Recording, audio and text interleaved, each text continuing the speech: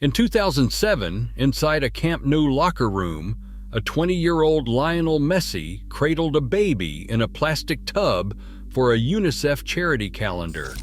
The child was selected entirely by raffle. The photographer didn't even know his name. That baby was Lamine Yamal. 17 years later, he would shatter every age record at Barcelona, lead Spain to the European Championship, and inherit the number 10 shirt from the very man who once held him. Was that photograph pure coincidence, or was it the opening frame of football's most extraordinary origin story?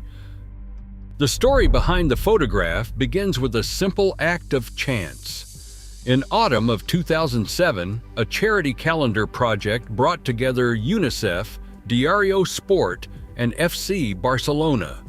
Families from Mataró entered a raffle, hoping to win a photo session with a first-team player.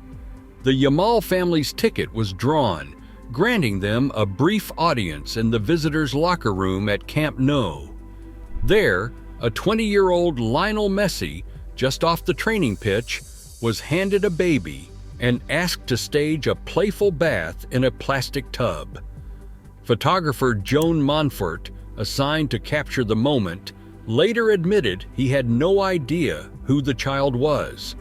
The shoot lasted only minutes, the image filed away as another routine assignment. At the time, the scene seemed unremarkable, ordinary even. Only years later would the photograph be seen as anything but random. Rocafonda sits on the edge of Mataró, a patchwork of concrete blocks and narrow streets where the 08304 postal code means more than just an address. For Lamine Yamal, it was home, a place where the walls were thin, the rooms crowded, and every euro stretched to cover another month. His father, Munir, arrived from Morocco chasing work and stability, while his mother, Sheila, left Equatorial Guinea as a teenager, bringing with her dreams bigger than the apartment they all shared with Lamine's grandmother and uncle. This was a neighborhood built by those who came from elsewhere, who learned to lean on each other when jobs dried up or rent came due. Extended family wasn't a luxury, but a necessity. In Rocafonda, hardship was common, but so was resilience. The community found ways to celebrate, to share, to survive. For Lamine, football offered something rare, a few hours where the pressure of bills and uncertainty faded, replaced by the rhythm of a ball against pavement. The 304 hand sign he flashes after every goal isn't just a nod to his roots, it's a reminder that greatness can begin in the most modest of places, and that every escape onto the pitch was a small act of hope. A battered municipal pitch in Mataró became the first proving ground. Lamine Yamal was barely out of kindergarten when his touch, balance, and vision began to draw stares from older kids and local coaches. Word spread quickly.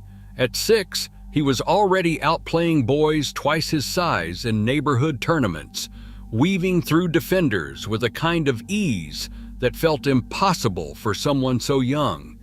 That year, Barcelona scouts appeared on the touchline, notebooks in hand, watching as Lamine shifted games with a single dribble or pass. The urgency was real. Espanyol's academy had also taken notice, and the race to secure his future began. Barcelona moved first. He was invited for a youth trial at La Masia, their world-renowned academy. Coaches there saw something they described as unteachable, a sense that the ball was part of him, not just at his feet, but in his mind. The decision was immediate. Lamine Yamal signed with Barcelona, leaving behind the concrete courts of Rocafonda for the manicured fields where legends are made. La Masia's corridors are lined with the echoes of legends, but few stories move as quickly as Lamine Yamal's. Coaches at Barcelona's academy barely had time to memorize his name before he was already outgrowing his age group. At just 9, Yamal was scoring goals against boys 2 years older. By 11, he was training with the under-15s, his left foot bending shots into the top corner with a precision that sent whispers up to the first-team offices. Every time he touched the ball, something seemed possible, sometimes inevitable. Clips of his solo runs and audacious chips began circulating in youth football circles and then exploded onto social media. Scouts and journalists started drawing lines between Yamal and the greats who came before him: Messi, Xavi, Iniesta, each comparison raising the pressure but never slowing his ascent. The academy's coaches, known for caution, kept moving him up. They said he played as if the game moved slower for him, as if he could see the future a split second before anyone else. In a system where reputation means little and performance is everything, Yamal's numbers kept forcing the next promotion. The sense grew, with every highlight and every goal, that Barcelona might be watching the start of something extraordinary again. Lamine Yamal's rise from La Masia prodigy to Barcelona's youngest first-team player happened at a speed that left even seasoned coaches searching for words. At just 15, he was already training with the senior squad, his talent impossible to hide among men twice his age. Xavi Hernandez, himself a product of the club's golden era, watched from the sideline, recognizing a rare kind of readiness. The decision came sooner than anyone expected. Yamal would be trusted with a debut not in a friendly, but in a La Liga match at Camp Nou. On April 29, 2023, with Barcelona leading Real Betis, Xavi called for the teenager. At 15 years, 9 months, and 16 days, Yamal became the youngest player to ever wear the Barcelona shirt in a league game. The crowd's roar mixed awe with disbelief as he stepped onto the pitch, not as a mascot or a symbol, but as a genuine competitor. In those first minutes, he played with the same composure that had set him apart in the academy: quick touches, sharp decisions, a sense that the game's pace bent to his will. The gamble paid off instantly. Yamal looked at home, and Barcelona's future suddenly felt present. The club and the world took notice.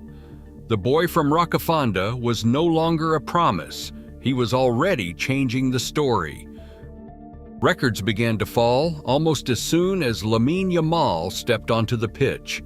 Just weeks after his debut, he became the youngest starter in Barcelona's history, lining up against Granada at 16 years and 38 days old.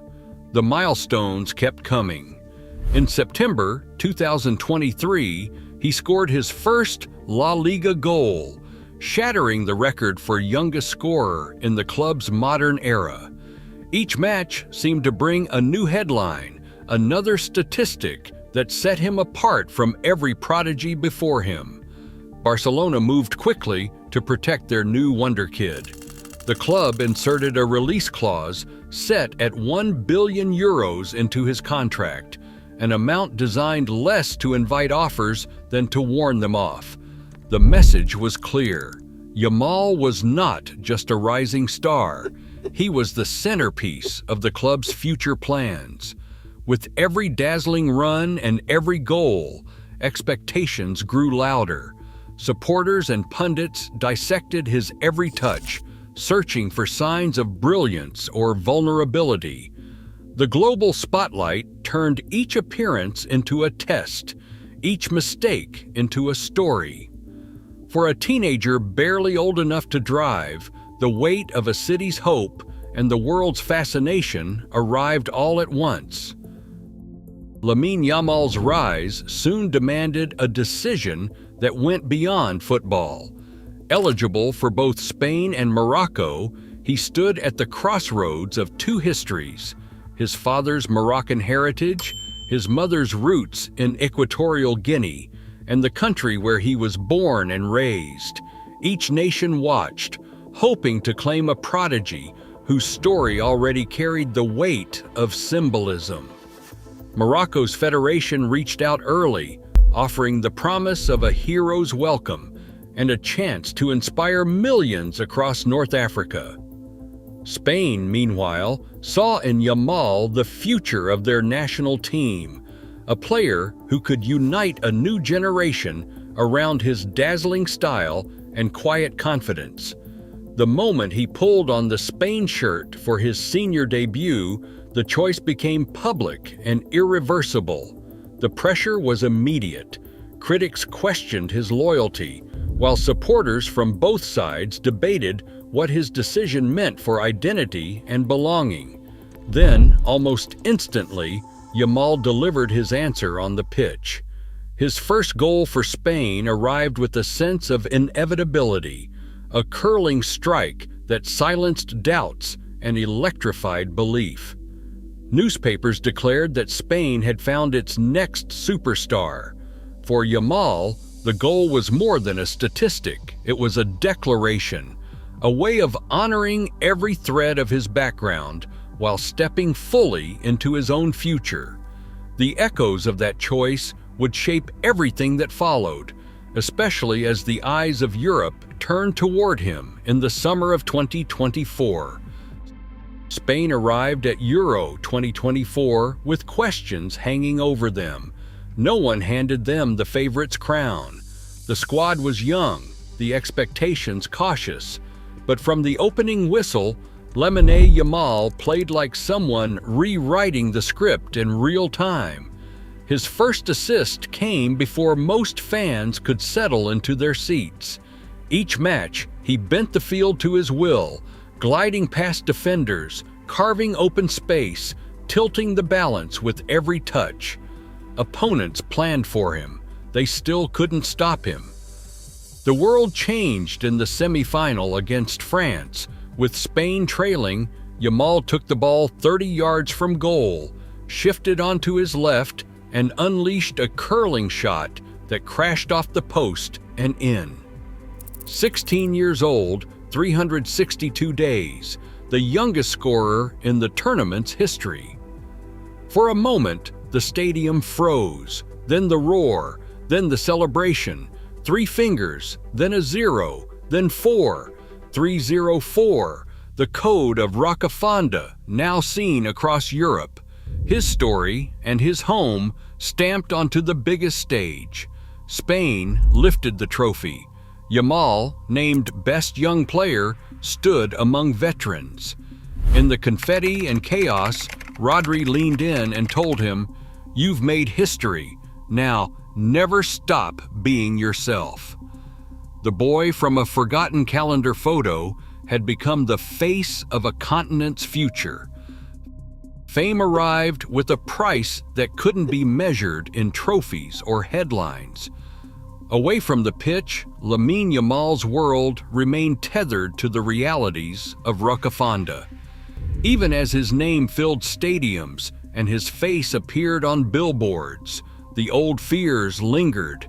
After his breakthrough, his family faced threats that reminded them how quickly fortune can turn. The attempted robbery at their home served as a stark warning. Success had made them visible, but not invulnerable.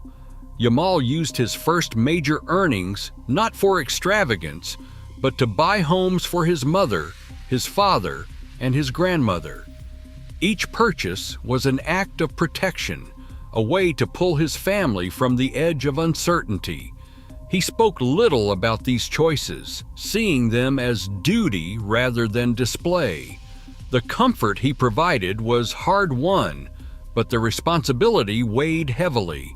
Despite global attention, he returned often to Rocafonda, visiting friends, supporting local causes, and reminding himself that his story began in those crowded streets. Wealth brought safety, but never erased where he came from or the pressure to lift others with him. By the time Lamine Yamal turned 17, the question was no longer whether he belonged at Barcelona, but how far he could take them. He didn't just survive his first seasons, he shaped them. Domestic titles began to stack up, each one reinforcing his role as a central figure rather than a passing sensation. In matches against Real Madrid, the biggest stage in Spanish football, Yamal delivered moments that defined the outcome, assists in the chaos, goals in the silence, and a confidence that seemed to grow with every Clásico. The world's attention followed, and so did the accolades. He became the youngest ever recipient of the Golden Boy Award, and the Copa Trophy soon followed, recognition reserved for football's elite under 21. Before his 18th birthday, he was already one of the sport's most sought-after names, drawing crowds and headlines wherever he played. Barcelona, once searching for a new identity in the post-Messi era, found a new leader in a teenager from Rocafonda, whose rise was anything but ordinary. European nights have always been the truest measure of Barcelona's ambitions, and for Lamine Yamal, the Champions League became the next mountain to climb. His first taste of the competition arrived as a teenager, thrown into knockout matches against seasoned giants, games where a single mistake could end a dream. Each round brought flashes of brilliance, a curling assist in the quarterfinals, a fearless run against Bayern that left defenders scrambling, moments that hinted at a breakthrough. But the semi-final against Manchester City delivered a lesson in heartbreak. 90 minutes of tension, a late equalizer, and then the final whistle. Barcelona out, the dream just out of reach. Cameras caught Yamal alone on the pitch, hands on his knees, eyes fixed on the scoreboard. That night, the pain was raw, but it did not linger as regret. Instead, it became fuel. For all the records and early triumphs, it was the unfinished business in Europe that sharpened his hunger, a reminder that greatness is forged as much by what slips away as by what is won. Every movement on the pitch now draws a spotlight, a smile after a goal, a quick gesture to the crowd. What once felt natural is replayed and dissected by millions. When Lamine Yamal celebrates, some see joy, others claim arrogance. Headlines multiply. Social media erupts over the smallest detail, a dance, a handshake, a sideline joke. Praise and suspicion trade places in a heartbeat. The birthday party for his 17th, meant for friends and family, becomes a trending topic, with critics asking if he has lost focus. Strangers online debate his maturity, his loyalty, his every choice. In group chats and on talk shows, the conversation never stops. Comparisons to Messi and Cristiano Ronaldo fill the air, as if greatness can be measured by likeness alone. For Yamal, growing up means watching every word and every move become public property.